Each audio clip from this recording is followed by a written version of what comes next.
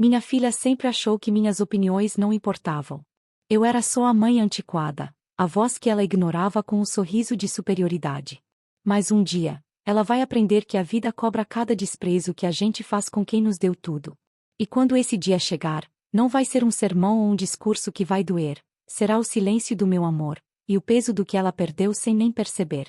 Antes de você mergulhar nessa história real, que vai te deixar indignado e emocionado até o final, não esqueça de se inscrever no canal e deixar seu like. Isso ajuda demais a levar essas mensagens para mais pessoas que precisam ouvir. E agora, prepare o coração. Nem sempre foi assim.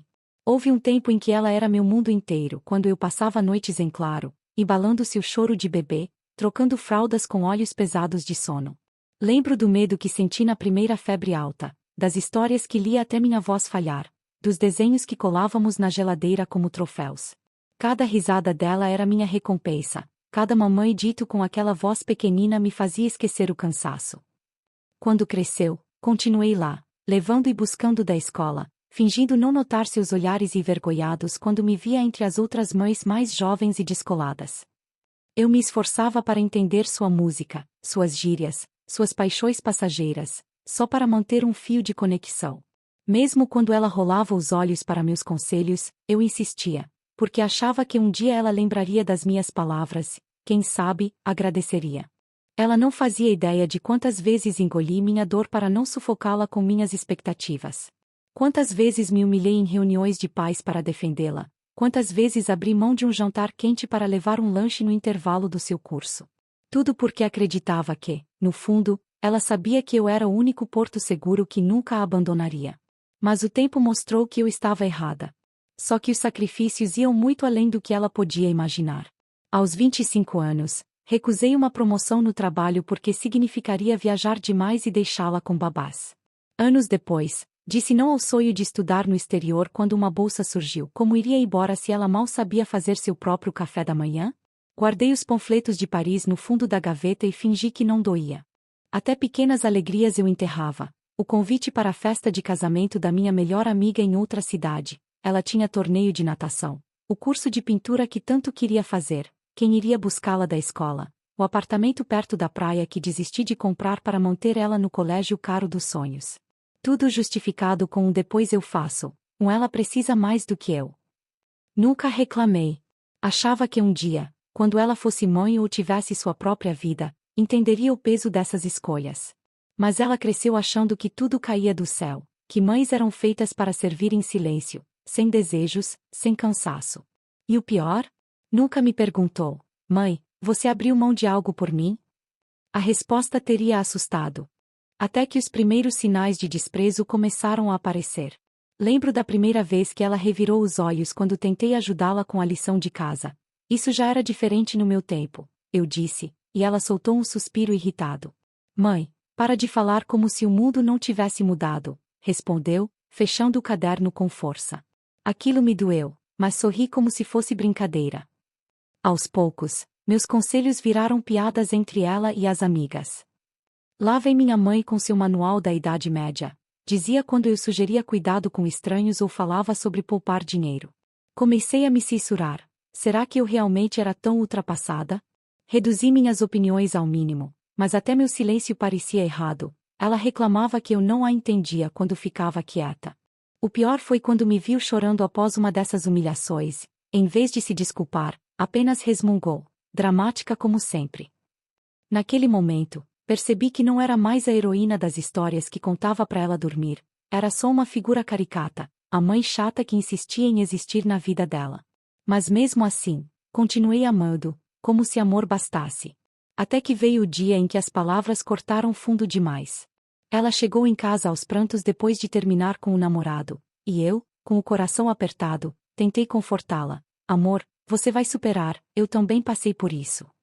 Foi quando ela me encarou com raiva e cuspiu. Você não entende, mãe. Você vive no passado.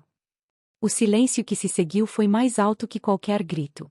Fingi que não me afetou, limpei suas lágrimas em silêncio, preparei seu chocolate quente como sempre fazia. Mas aquela frase ecoou em mim por noites seguidas. Viver no passado? O passado era tudo que eu tinha doado por ela. Cada ruga no meu rosto contava histórias de noites em claro, cada cicatriz nas minhas mãos falava de trabalhos extras para pagar seus luxos. E agora isso virava motivo de vergonha.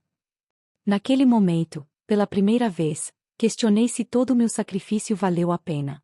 Ela não via a mulher por trás da mãe, não reconhecia que eu também tinha sonhos adiados, dores ignoradas. Mas o que mais doía era perceber que, para ela, eu não era uma pessoa, era apenas uma função que não cumpria mais suas expectativas. Mesmo assim, insisti em tentar.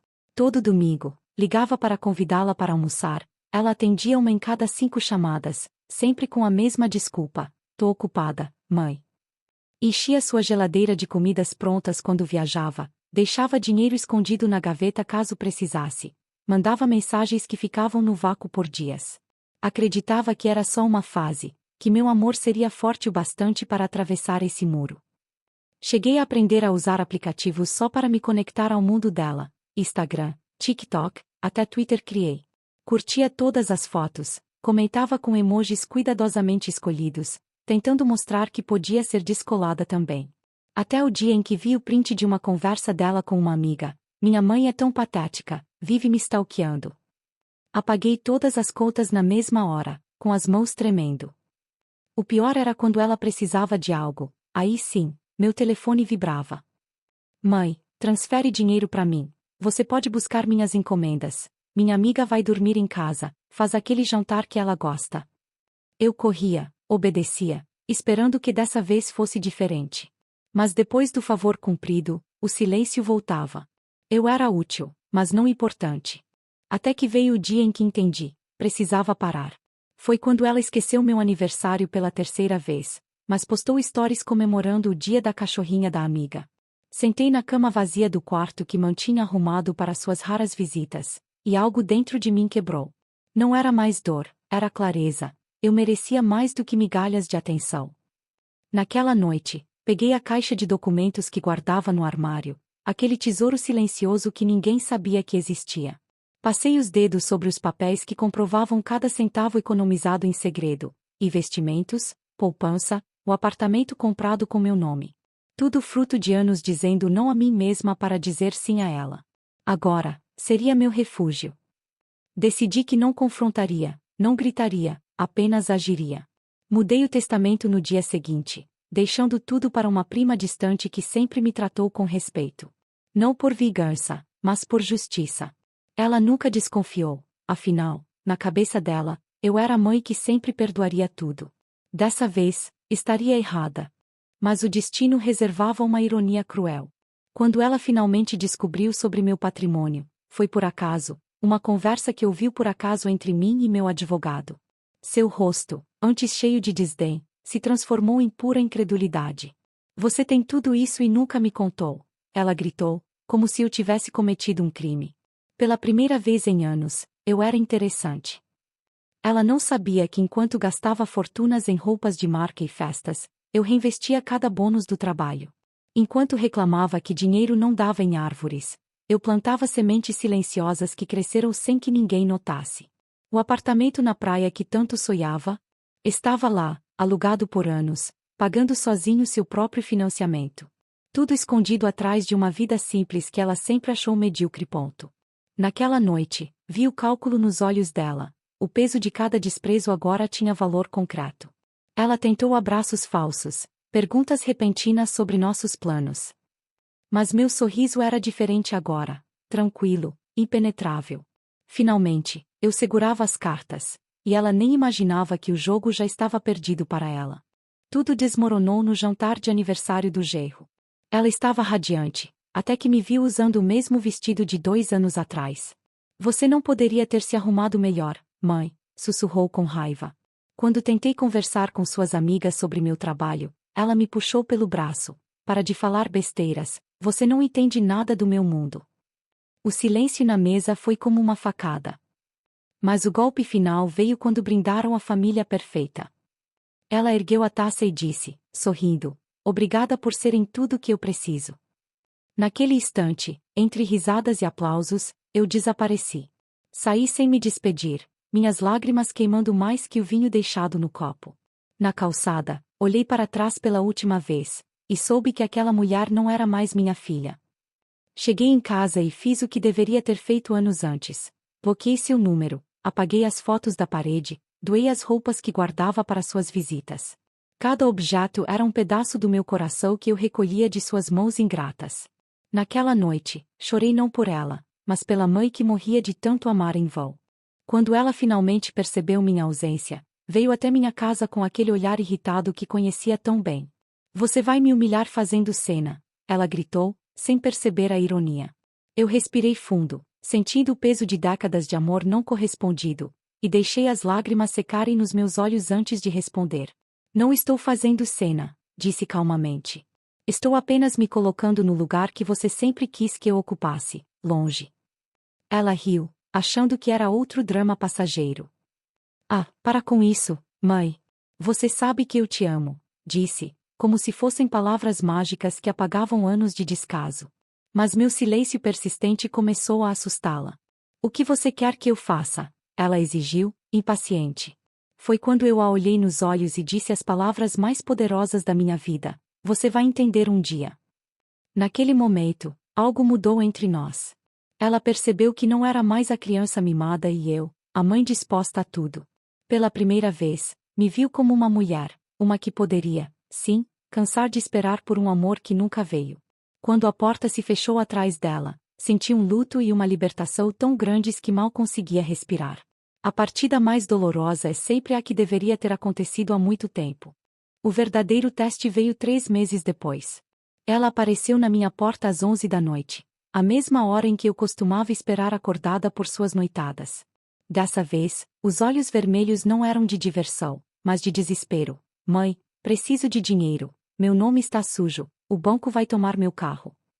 Segurei minhas mãos para não correr abraçá-la como antes, e perguntei: onde estão os amigos perfeitos que você sempre priorizou? Ela ficou chocada com minha frieza. Como você pode ser assim com sua única filha? Chorou, como se anos de desprezo pudessem ser apagados por uma crise. Quando abri meu porta-documentos e mostrei o Novo Testamento, seu rosto desabou. Você não pode fazer isso, gritou. Respondi com a verdade que doía. Posso, sim. E você me ensinou como. Naquela noite, ela aprendeu o que nunca entenderia com palavras. Amor não é conta bancária sem fundos. Quando a porta se fechou pela última vez, levei horas para perceber que chorava, não por ela, mas pela menina que um dia embalei e que agora era uma estranha orgulhosa demais para pedir perdão de verdade. Mas ela ainda tentou um último golpe. No dia seguinte, meu celular inundou de mensagens. Sinto muita falta da mamãe de verdade. Você está destruindo nossa família. Até fotos antigas nossas com legendas emocionadas. Era a mesma tática que eu vi ela usar com ex-namorados. Lágrimas convenientes quando o cartão era bloqueado. Dessa vez, meu coração não acelerou. Só senti um cansaço imenso de tantos anos sendo tratada como opção descartável. A gota d'água foi quando apareceu com uma caixa dos meus antigos presentes. Aquele perfume barato de Dia das Mães, uma xícara quebrada colada, como se fossem troféus de boa filha. Lembra como éramos felizes, ela disse, com voz de novela. Eu apenas balancei a cabeça. Lembro sim. De você rir quando eu usava esse perfume, dizendo que cheirava a velha. Seu rosto endureceu na hora, a máscara escorregava. Foi quando percebi o mais triste. Ela não estava arrependida, apenas desesperada. Se tivesse dito mãe, errei de verdade, talvez meu coração tivesse amolecido. Mas suas lágrimas eram pelo dinheiro perdido, não pelo amor. E depois de tantos anos sendo tratada como banco emocional, eu finalmente havia sacado minha dignidade. Quando a ficha finalmente caiu, foi como um terremoto.